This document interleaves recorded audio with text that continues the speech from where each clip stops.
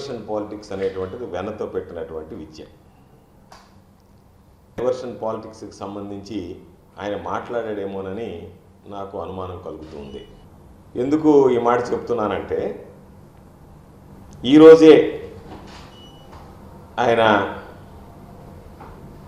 CID విచారణకు నోటీసులు ఇవ్వడం, విజయసాయిరెడ్డి గారిని పిలిపించడం, విజయసాయిరెడ్డి గారిని పిలిపించి విజయసాయిరెడ్డి గారి చేత ఇవన్నీ మాట్లాడించడం చూస్తుంటే, విజయసాయిరెడ్డి గారు మాట్లాడినటువంటి తీరు కూడా చూస్తుంటే, ఒక పక్క రాష్ట్ర వ్యాప్తంగా వైఎస్ఆర్ కాంగ్రెస్ పార్టీ ఆవిర్భావ దినోత్సవ వేడుకలు జరుపుకుంటుంది.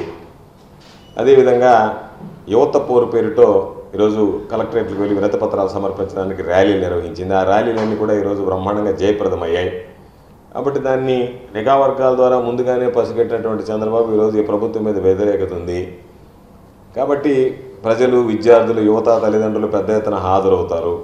దాని నుంచి ప్రజల దృష్టి పక్కకు మరల్చడానికే ఈరోజు సిఐడి ద్వారా నోటీసులు ఇవ్వడం, దానికి సంబంధించి విజయసాయిరెడ్డి గారు నేను వ్యవసాయం చేసుకుంటాను, రాజకీయాలను వదిలేస్తానని చెప్పినటువంటి వ్యక్తి రాజకీయ వ్యాఖ్యలు చేయడం, దాంతోపాటు జగన్మోహన్ రెడ్డి గారు క్వార్టర్ని గురించి మాట్లాడి, ఇవన్నీ చూస్తే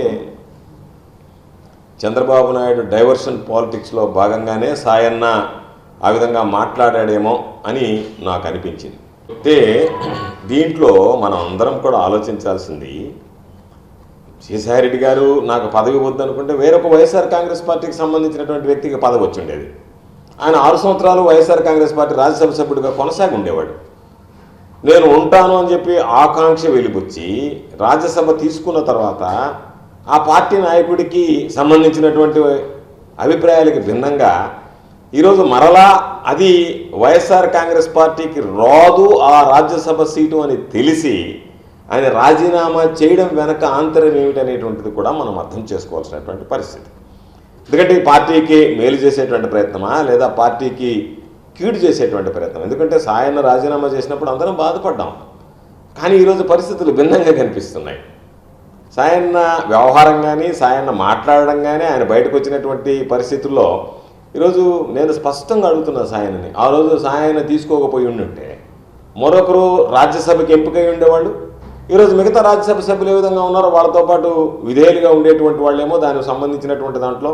కాబట్టి రాజ్యసభ పదవి తీసుకొని మరలా తిరిగి వైఎస్ఆర్ కాంగ్రెస్ పార్టీకి అది రాదు, కూటమికి మేలు జరుగుతుందని ఆ రోజు ఆయనే చెప్పి, రాదు కూటమికి మేలు జరుగుతుంది, అయినా సరే రాజకీయాల నుంచి నేను విరమణ చేయాలని చెప్పిన ఒక నిర్ణయం తీసుకున్నానని ప్రకటించడం జరిగింది. దాని వెనుక కూడా ఈరోజు ఆయన చేసినటువంటి వ్యాఖ్యలని ఒకసారి పరిశీలిస్తే ఏదన్నా గూడు పుటాని ఉందేమో, ఇది ముందస్తు ప్రణాళికలో భాగమేమో అనేటువంటి అనుమానాలు వచ్చేటువంటి పరిస్థితి.